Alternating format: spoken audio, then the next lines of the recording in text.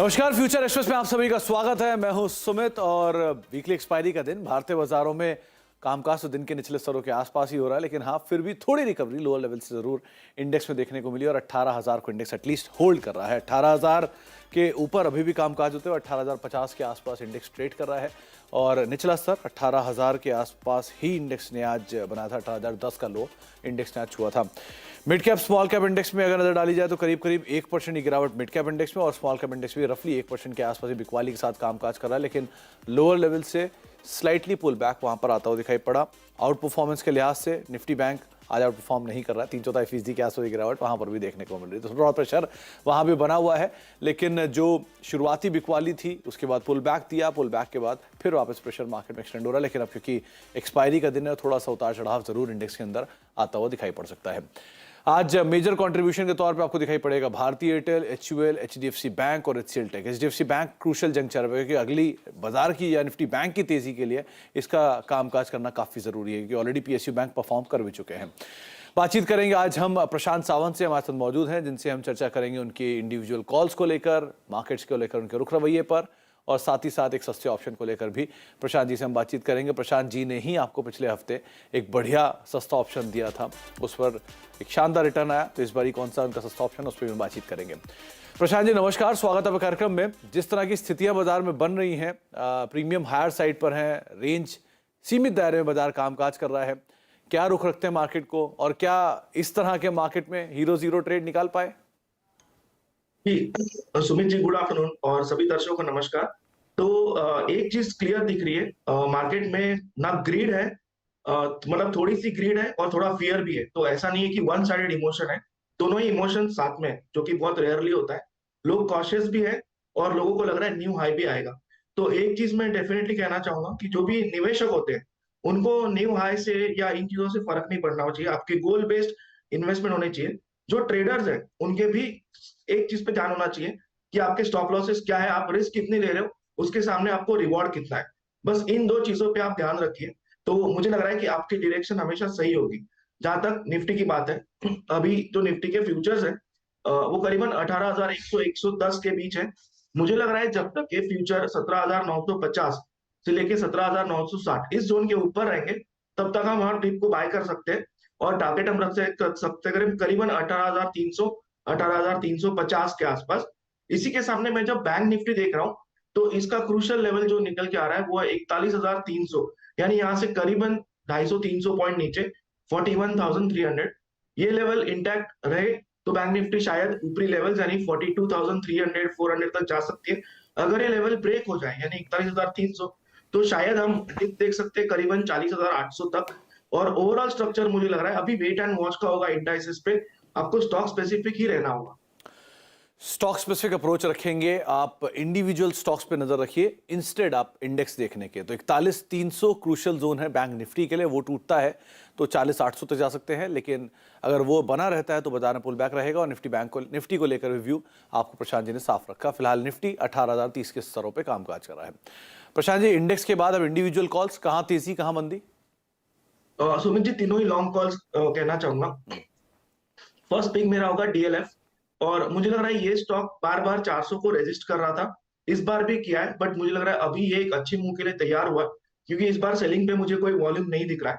तो मैं DLF को लेना चाहूंगा। मेरा स्टॉप लॉस होगा बिलो 380 क्लोजिंग बेसिस स्पॉट, और टारगेट मेरा होगा 425 425 टारगेट 1, और टारगेट 2 मेरा होगा 440 का 440।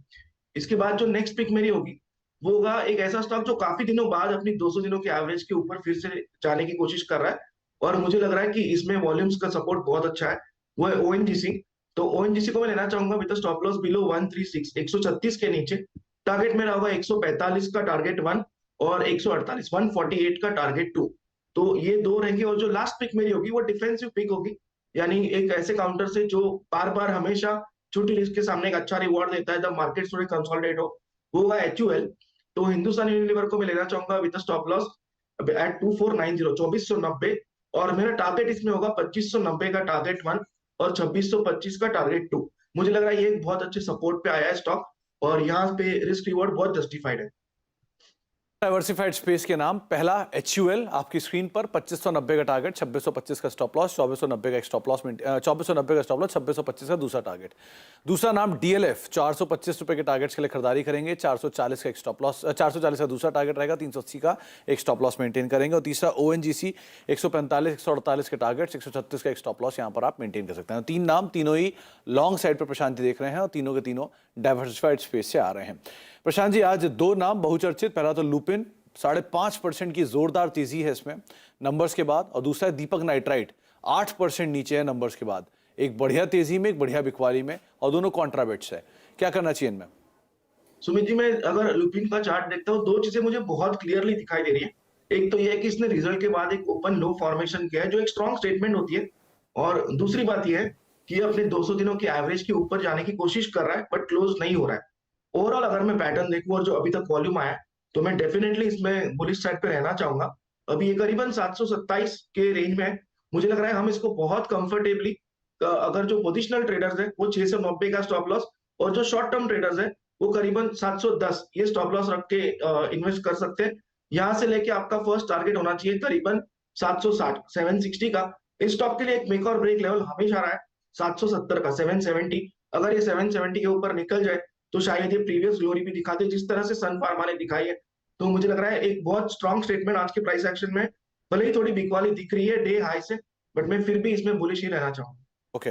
और दूसरा जो स्टॉक आपने कहा, दीपक नाइट्रेट, जी, वो मुझे लग रहा है कि ओवरऑल ये जो पूरा सेक्टर है, यहाँ पे थोड़ी सी वीकनेस है। अगर आप देखो तो सारे, अगर मैं टेक्निकली देखना चाहूँ तो यहाँ पे मार्जिन पे इम्पैक्ट है, बट फंडामेंटली जहां मैं टेक्निकली देख रहा हूँ, हर एक स्टॉक रेजिस्टेंस पे आया था और रेजिस्टेंस से इसने रिएक्ट किया। तो इसमें मैं बॉटम फिशिंग नहीं करना चाहूंगा। जिनके पास पोजीशन हो और जो स्टक हो, तो वो 2075 का स्टॉप लॉस यूज करे, 2075। अगर वो ब्रेक हो जाए, यानी इसके नीचे क्लोजिंग मिले, तो एक बार आप पोजीशन से निकल जाइए। ओवरऑल स्ट्रक्चर बहुत वीक है, सपोर्ट पे आया हुआ है, बट फ्रेश बाइंग की सलाह मैं बिल्कुल नहीं दूंगा। तो लुपिन में बाय कर सकते हैं, दीपक नाइट्रेट मेरे हिसाब से अवॉइड हो।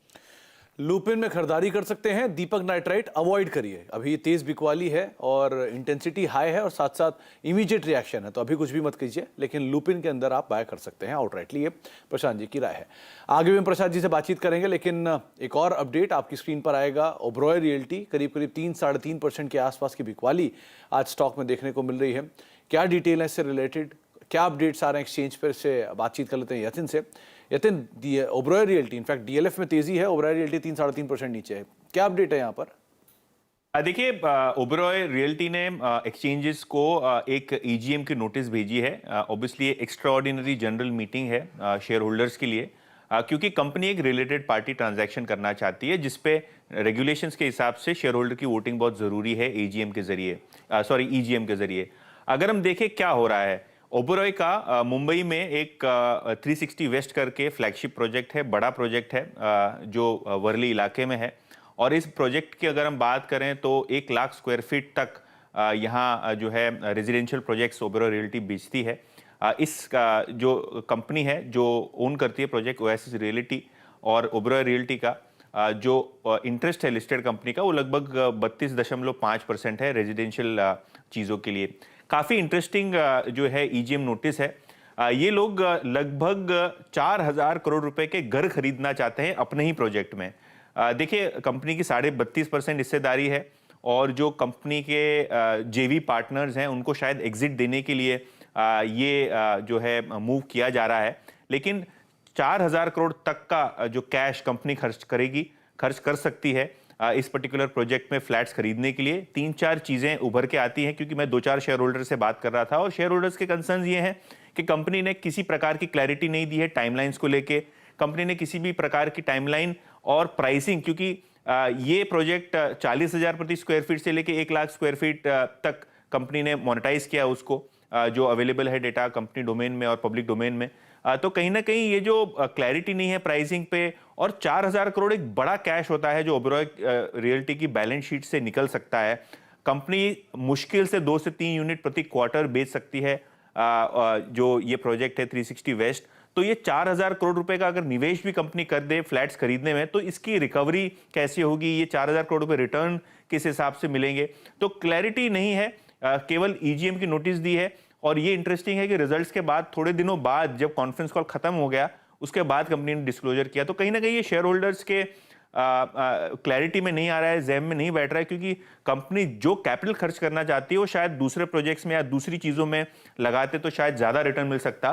तो जो क्लैरिटी है वो अभी भी मैनेजमेंट से अवेटेड है, और शायद ये जो डिसीजन है कंपनी का अपने ही प्रोजेक्ट में 4,000 करोड़ के घर खरीदना, ये कहीं ना कहीं ये रिएक्शन दिखा रहा है, और कंपनी के शेयर लगभग 4% नीचे है। इनफैक्ट कुछ दिन पहले भी बहुचर्चित था, आईजीई करके कंपनी थी, इसने इसी प्रोजेक्ट में हिस्सा 2 फ्लैट खरीदे थे 150 करोड़ रुपए के, 95,000 रुपये स्क्वायर फीट के दाम पर ये फ्लैट बिके थे उस समय 59 फ्लोर पे, और उसके बाद अब ये अपडेट आता हुआ यहाँ से। बहुत बहुत शुक्रिया यतिन ये डिटेल हम तक पहुँचाने के लिए। और ओबरॉय रियल्टी आपकी स्क्रीन पर करीब 4% के आसपास का फॉल, एक समय में तो ज़्यादा बिकवाली थी, थोड़ा संभला, उसके बावजूद भी 4% नीचे भी ये कामकाज करता हुआ दिखाई पड़ रहा है।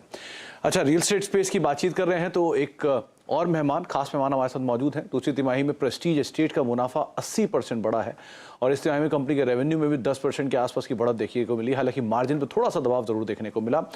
प्रेस्टीज एस्टेट के सीएमडी इरफान रजाक सर हमारे साथ मौजूद हैं बातचीत करने के लिए। रजाक सर नमस्कार, स्वागत है कार्यक्रम में। रेवेन्यू साइड पर तो कंपनी के नंबर्स बेटर साइड पर हैं, प्रॉफिटेबिलिटी भी अच्छी बढ़ी है, लेकिन थोड़ा सा इनपुट कॉस्ट का एक इम्पैक्ट जरूर आता हुआ दिखाई पड़ा। सो ओवरऑल सर क्या सिचुएशन रही इस क्वार्टर में, और अभी second half of financial year में कैसा डिमांड सिनेरियो है, क्या कैसे मान के चले हम गोइंग फॉरवर्ड ईयर को? नमस्कार। अभी तो फर्स्ट हाफ में तो बिक्री बहुत अच्छी हुई है, 6,500 करोड़ के करीब, और कलेक्शंस भी काफी अच्छे हुए हैं। तो पिछले साल को हम उसको जमाएंगे तो कुछ 100% बढ़त है, और बिक्री अभी भी अच्छी है, डिमांड अच्छा है हर एक ज्योग्राफी में जिसमें हम काम कर रहे हैं। बेंगलुरु है, हैदराबाद है, या मुंबई या चेन्नई, सब सेंटर से हमें अच्छा अट्रैक्शन मिल रहा है। और हमारे पास कंपनी में बहुत अच्छे प्रोजेक्ट्स हैं जो लॉन्च होने वाले भी हैं, और जो अभी बिक्री और अंडर कंस्ट्रक्शन भी हैं। तो बेंगलुरु में तो जो भी हमारे प्रोजेक्ट्स थे अंडर कंस्ट्रक्शन मोरलेस सारे सोल्ड आउट हैं, और नए प्रोजेक्ट्स लॉन्च होने से नया कुछ स्टॉक आएगा, और उसको भी हम इस अगले क्वार्टर में हम मार्केट में ले आएंगे। और इसमें हमारा जो टारगेट हमने 12,000 करोड़ का रखा था इस फिस्कल के लिए टॉप लाइन सेल्स, उसको हम एक्सीड कर पाएंगे। ओके अच्छा रजाक सर, बेंगलुरु मार्केट जैसे कि आप खुद कह रहे हैं कि जितने भी प्रोजेक्ट्स बने थे सब बिक गए, और बाकी जो कंपनी की 2 प्रोमिनेंट मार्केट्स कामकाज कर रहे हैं उसमें मुंबई और हैदराबाद, किस तरह के रियलाइजेशन स्पेसेस में देखने को मिल रहे हैं? और जो जहां पर अभी रिसेंटली कामकाज शुरू हुआ, गोवा, मैंगलोर, कोची, इन एरियाज में रियलाइजेशन कैसे है? कोची तो हमारा तो छोटा मार्केट है, कोची में स्टेडी काम चल रहा है। इस क्वार्टर में हमने कैलिकट में हमने एक अच्छा प्रोजेक्ट हमने लॉन्च किया, और उसका रिस्पांस अच्छा हुआ है। उधर से 200-250 करोड़ का रेवेन्यू मिला है। और मुंबई, स्पेशली मुंबई में अभी हम जो 5 या 6 महीने हमारे लॉन्चेस हुए हैं, हमने 1,000 करोड़ को रेवेन्यू टॉप लाइन एक्सीड कर दिया है। और जो डिमांड कस्टमर का आया है उधर से हमें बहुत प्रशंसा है, और एक ब्रांड के हिसाब से हमें अच्छा एक रिस्पांस मिला है, और ट्रैक्शन चल रहा है। जो Prestige city Mulund, Jasdan classic और डैफोडिल्स, और हमें और 2 नए प्रोजेक्ट आ रहे हैं, एक वर्ली में और एक मरीन ड्राइव में। ये दोनों प्रोजेक्ट्स भी अभी लॉन्च होंगे करीबी हाल में, with in the next quarter और द नेक्स्ट क्वार्टर, और उसका जो रिस्पांस आएगा हम अवेट करना है, बिकॉज ये हाई प्राइस प्रोजेक्ट्स हैं, हाई प्राइस टिकट प्राइस होगा, उसका अलग ही ढंग होगा मार्केटिंग का। सो उसका क्या रिस्पांस आता है हमें उसको देखना पड़ेगा, असेस करना पड़ेगा।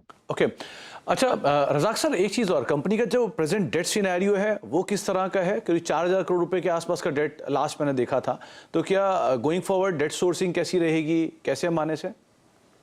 देखिए, रेसिडेंशियल प्रोजेक्ट्स में अकॉर्डिंग टू मी, मैं तो यही शुरू से यही कह रहा हूँ कि रेसिडेंशियल में डेट की कोई जरूरत नहीं आगी, अनलेस कोई जमीन, आपने बड़ी जमीन खरीद ली है और उसको जब तक मोनेटाइज नहीं करेंगे तो डेट होगा। बट जो हमारे कैपेक्स प्रोजेक्ट्स हैं, जो होटल्स हैं, शॉपिंग सेंटर्स हैं या ऑफिस प्रोजेक्ट्स है, जिधर हम इनको हम कंस्ट्रक्ट करवा के इसको लीज पे करेंगे या मैनेज करेंगे। अभी हाल में हमने JW मैरियट प्रेस्टीज गॉल्फशायर बेंगलुरु में हमने खोला है 4-6 महीने पहले। बहुत अच्छा ट्रेड हो रहा है, अच्छी बिक्री हो रही है उधर, अच्छा रिस्पांस आया है और कई सारे नए होटल्स की कंस्ट्रक्शन चल रही है। इसमें तो थोड़ा कैपेक्स के लिए तो mixture of debt and equity होगा, इट कांट बी 100% डेट, और पूरा इक्विटी भी होना मुश्किल है। जैसा हम दिल्ली एरो सिटी में भी एक बड़ा होटल का कंस्ट्रक्शन चल रहा है उधर, तो उसमें भी काफी ट्रैक्शन होगा। बट मेरे हिसाब से जो भी है बैलेंस हम करते जाएंगे, mix of debt and equity होगा, तो उसमें थोड़ा डेट का प्रेशर आएगा, but it's all under manageable levels.